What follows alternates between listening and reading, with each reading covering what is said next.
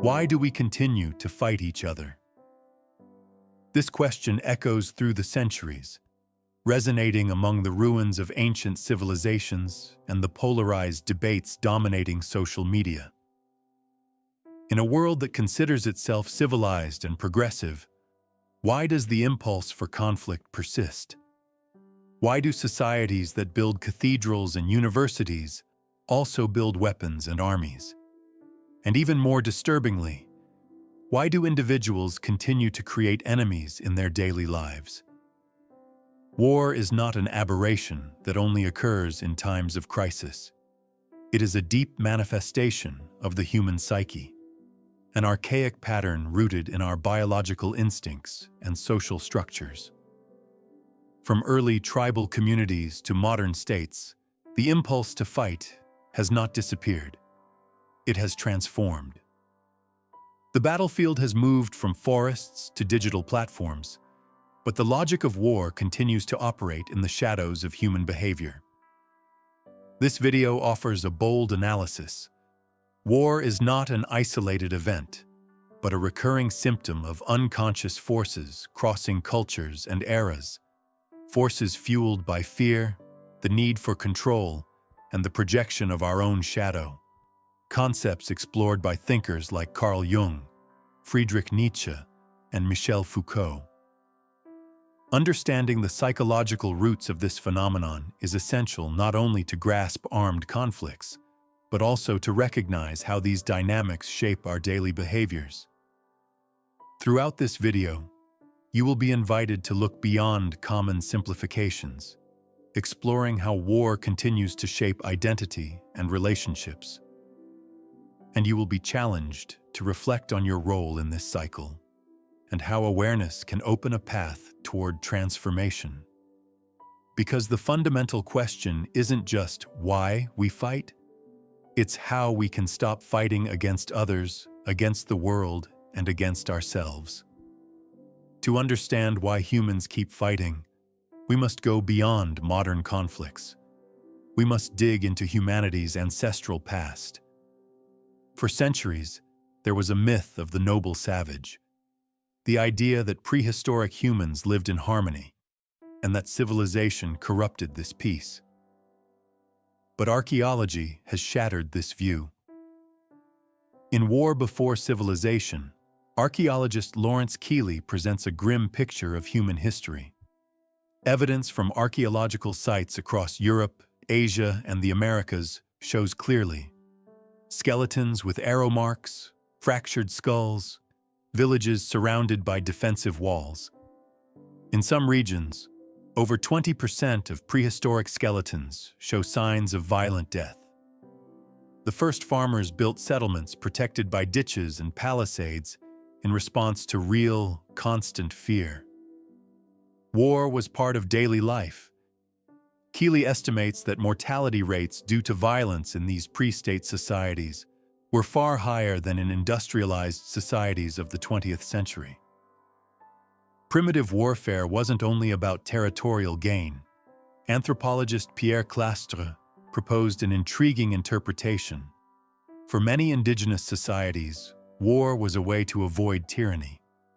External conflict served as internal balance, preventing the rise of a dominant elite. War was a tool for social equilibrium.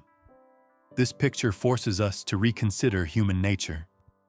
The impulse for conflict emerges from something deeper, a psychological need that crosses cultures and epochs.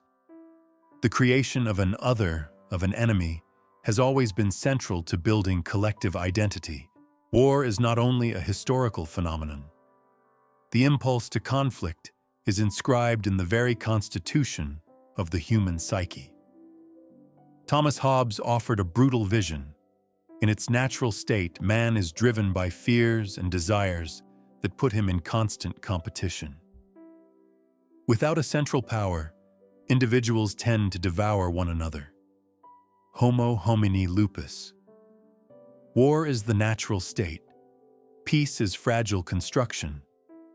Rousseau offered a different perspective. Primitive man was peaceful, but was corrupted by private property and social institutions. War would be a product of civilization. Yet even Rousseau recognized that the desire for domination takes root deeply in men's hearts.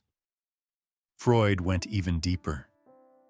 In civilization and its discontents, the impulse to conflict arises from the death instinct, or thanatos.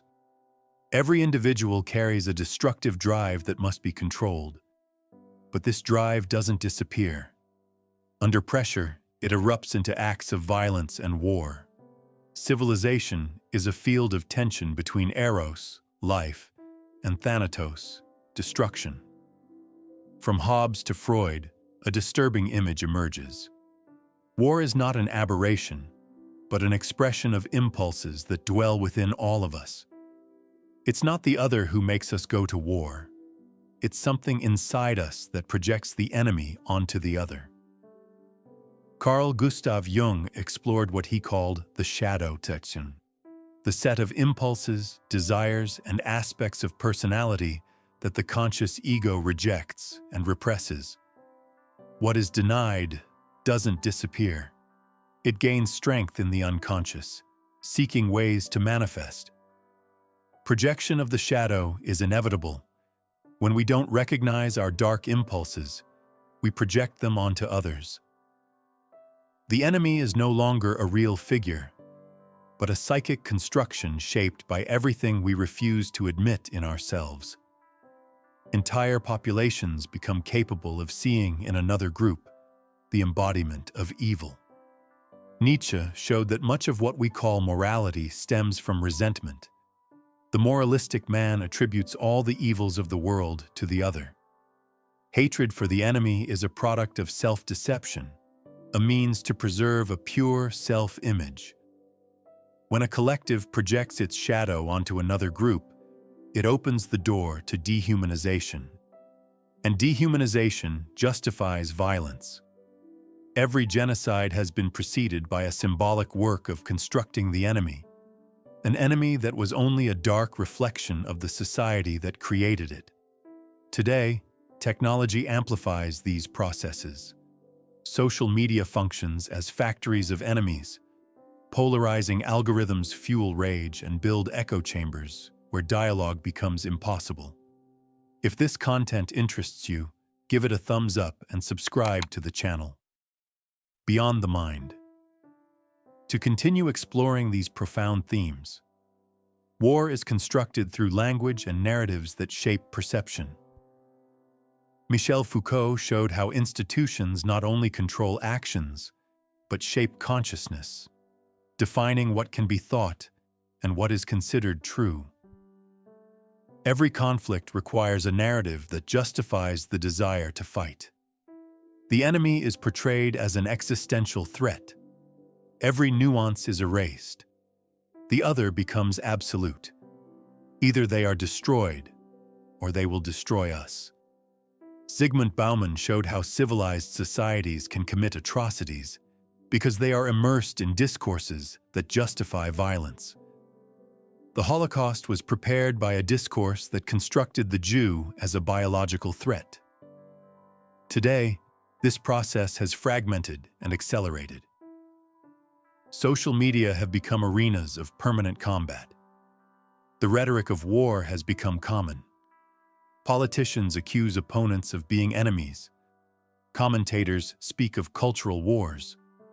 The discourse of elimination has normalized. But the impulse to conflict goes beyond formal war, infiltrating everyday life.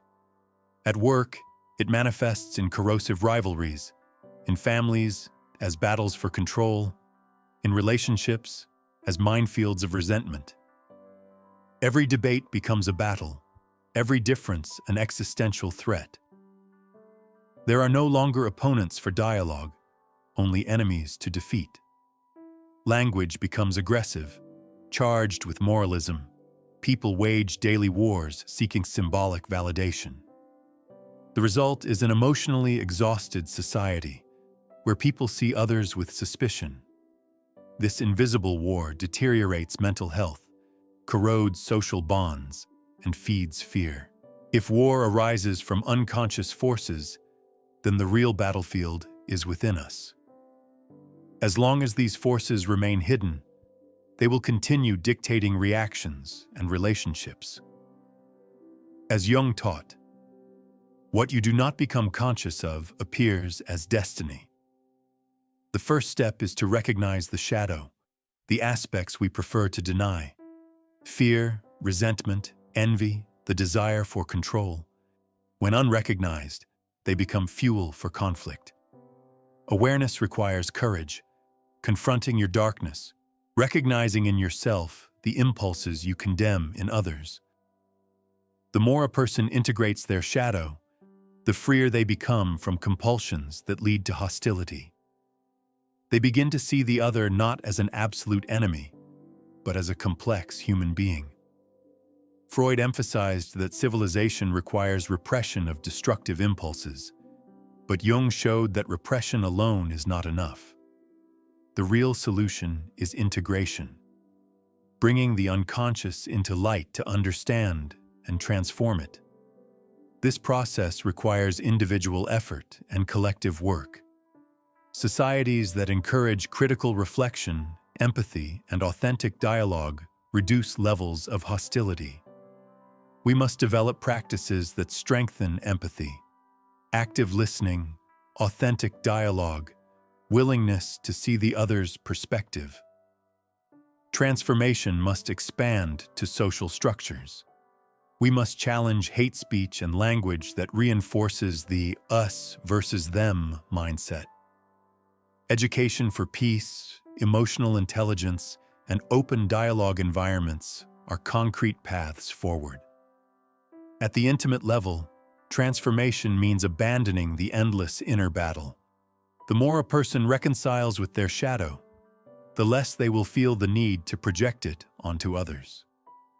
War is not an isolated phenomenon, but a continuous manifestation of forces dwelling in the human psyche. From antiquity to social networks, the impulse to create enemies remains ever present. The real battlefield is not out there. It's within each of us. Until the shadow is recognized, it will continue to be projected. We will keep searching for external enemies to carry the weight of what we refuse to face. Transformation begins by accepting that the other is not the true threat, that the greatest enemy is ignorance of ourselves. Integrating the shadow is the path to greater integrity.